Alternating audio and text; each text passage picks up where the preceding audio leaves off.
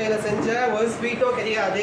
ஓகேங்களா? பழங்களில் இருக்கக்கூடிய இனிப்பு வகைகள், குழந்தைங்களுக்கு பழங்களும் அதே மாதிரி நேச்சுரலாக வரக்கூடிய இனிப்பில் செஞ்சு சில உணவுகளை கொடுத்தோம் அப்படின்னா வித்தின் அந்த ஒரு 16 இயர்ஸ் வரைக்கும் அவங்களுடைய உடம்பை வளர்க்கறதுக்காக இனிப்பு செஞ்சு கொடுக்கணும்.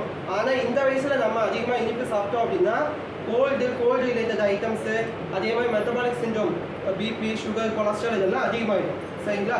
அப்போ நமக்கு அதிகமாக என்ன இருக்கணும் அப்படின்னா இதை சமநிலை, இதுக்கு பகைன்னு சொல்லுவோம். ஓகேங்களா? இனிப்புக்கு பகை யாருன்னு பார்த்தோம் அப்படின்னா கசப்பும் துவர்ப்பும். நம்ம அதிகப்படியாக எடுக்கிறதே இல்லை.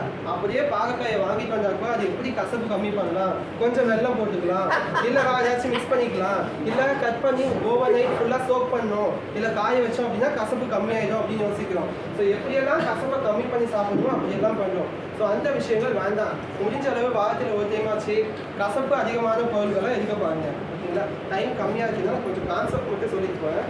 சரிங்களா?